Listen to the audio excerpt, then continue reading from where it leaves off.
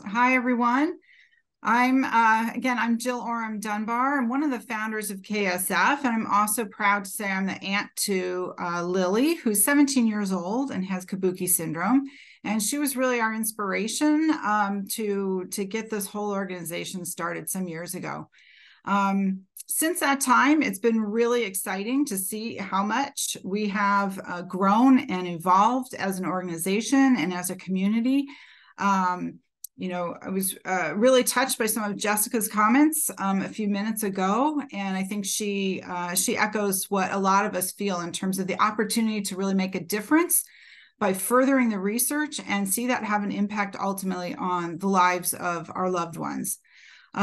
We are very excited about the potential candidates in the drug development pipeline right now, and we are really looking to help strengthen and diversify our options for treating this syndrome over time. So to be able to discover and develop new therapeutics, we do need to have a good understanding of Kabuki syndrome. There's already been a lot of work done in this area, and there's more that can be done that will in turn help further those the development of those therapeutics. So as part of our LEAP roadmap, we are awarding an annual discovery grant to advance research into Kabuki syndrome and to accelerate the identification of new therapeutic opportunities. And to do so by awarding researchers from at least 2 different institutions with this discovery grant.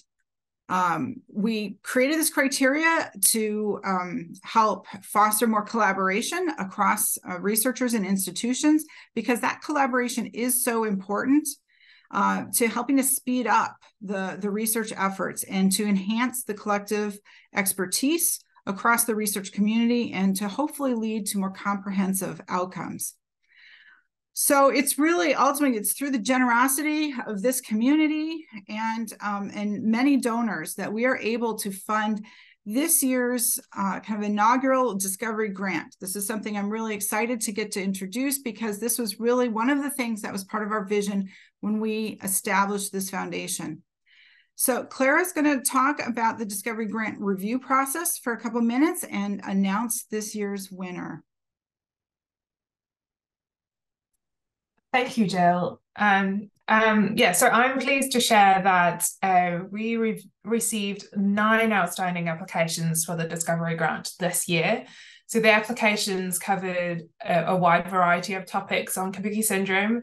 And just to give you a taste, we had projects investigating the mechanisms underlying immune dysfunction in Kabuki syndrome, the roles of KMT2D and KDM6A in neurodevelopment, how KMT2D and KDM6A mutations affect brain activity, to gaining a better understanding of the gut microbiota in Kabuki syndrome.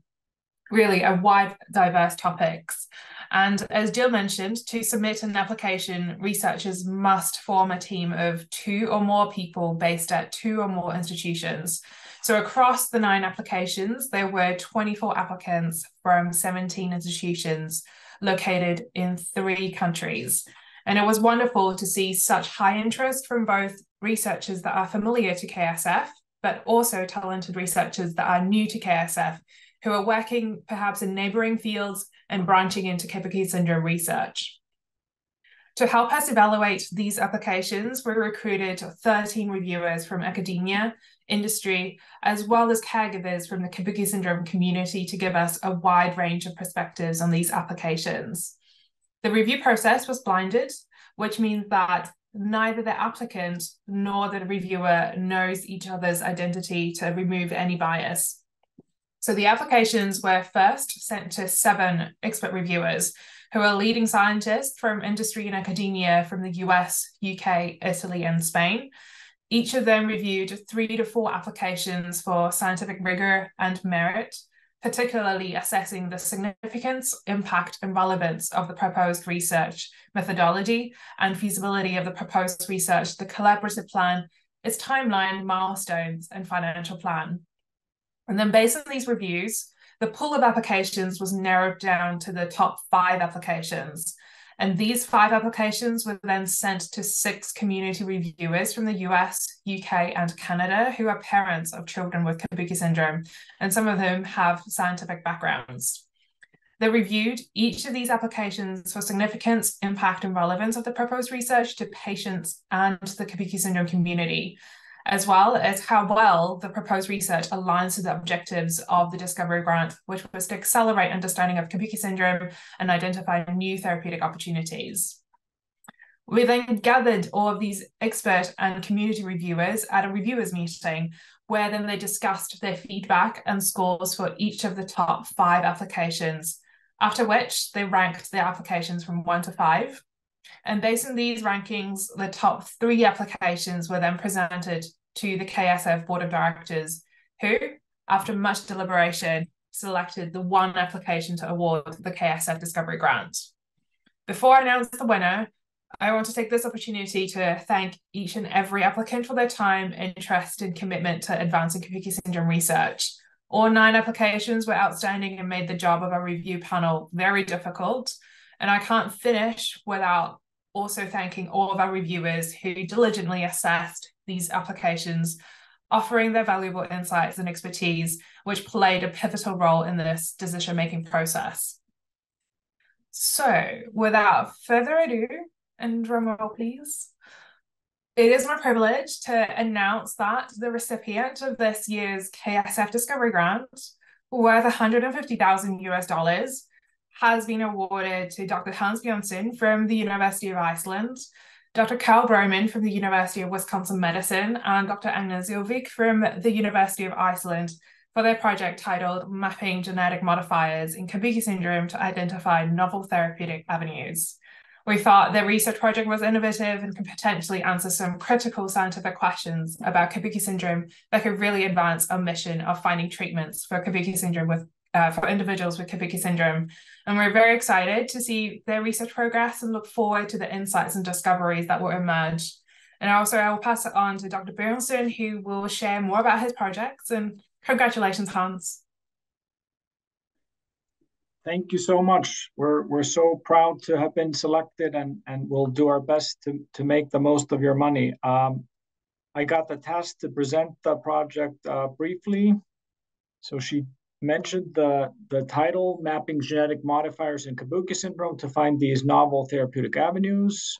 I just want to say, and I like to say this, is that I think we made a lot of progress.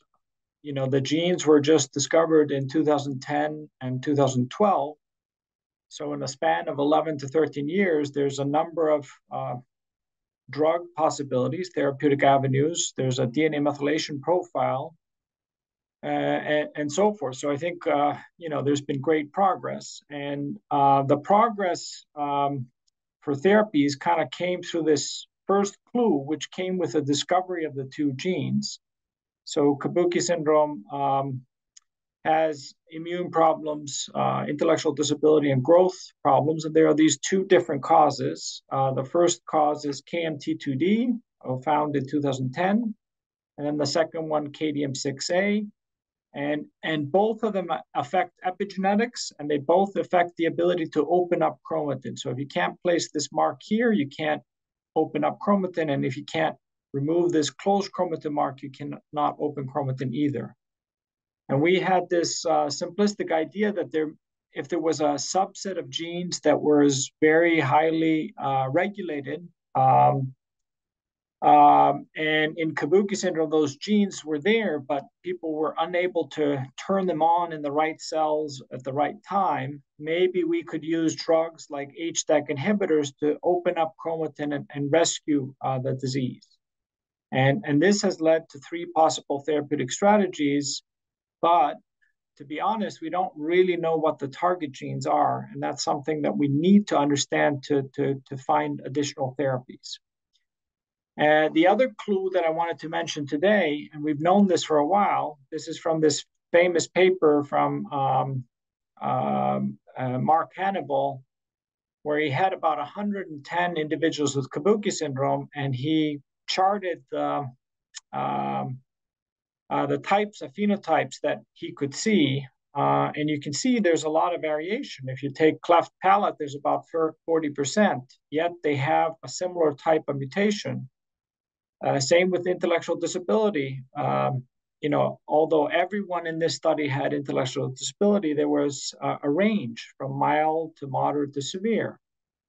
Renal abnormalities, there was about half. So the question is, what contributes to this variation? Why do some people not get certain phenotypes and other people have very severe phenotypes?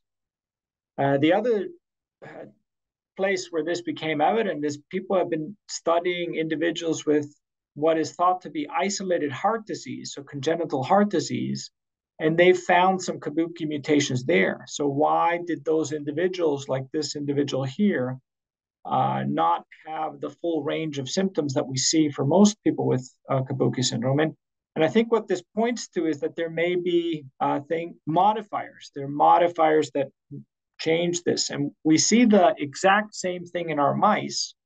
When we take a mouse strain with a mutation and we switch to another strain, the severity changes. And there is this other disorder that is somewhat related called ATRX syndrome, where in these patients, they have intellectual disability, just like in Kabuki, but they also have this blood cell phenotype. It's called thalassemia. And it turns out that if you look in the red blood cells of these patients, researchers have been able to find that there are close nearby genetic variants. There's actually a repeat that affects these genes that make hemoglobin in these patients. And the bigger this repeat is, the more severe this phenotype is in the patient. So, and the closer a gene is in this locus to that repeat, the more severe the defect is in the individuals that have this ATRX mutation. So, and this is a little bit complicated, but the ATRX gene is affecting many loci in the genome, but at one locus that seems to be very important for the red blood cells, variation at that locus seems to matter. So these target genes are very important to find. And so we think that there are now these amazing tools, and there's something called the collaborative cross, and there's something called the diversity outbred cross, where people have taken different strains and they bred them together to create variation. And you can now systematically ask, does the Kabuki phenotype in the mouse with a different background, is the severity different depending on the background? And if so, then we can focus in on those regions. And if you find a genetic modifier, something that makes the phenotype less or more severe, that can then become a novel therapeutic target. And there's really good evidence that from drug trials in more frequent disorders, that if you have genetic evidence like this, when you go into a drug trial, there's 2 times the likelihood of therapeutic success. So we think this is a pretty good strategy. And to do this, our team has people from the University of Iceland, myself and Agnes Ulvik, who's a postdoctoral fellow, and we're kind of the experts in the Kabuki mouse. We've been thinking about this mouse for a long time. And we've teamed up with this great expert from the University of Wisconsin. His name is Carl Broman, and he's an expert in doing these mapping and analyzing these mapping experiments. So we think that together we have a great chance of making a discovery here. So just to summarize, the Kabuki syndrome phenotype is very variable.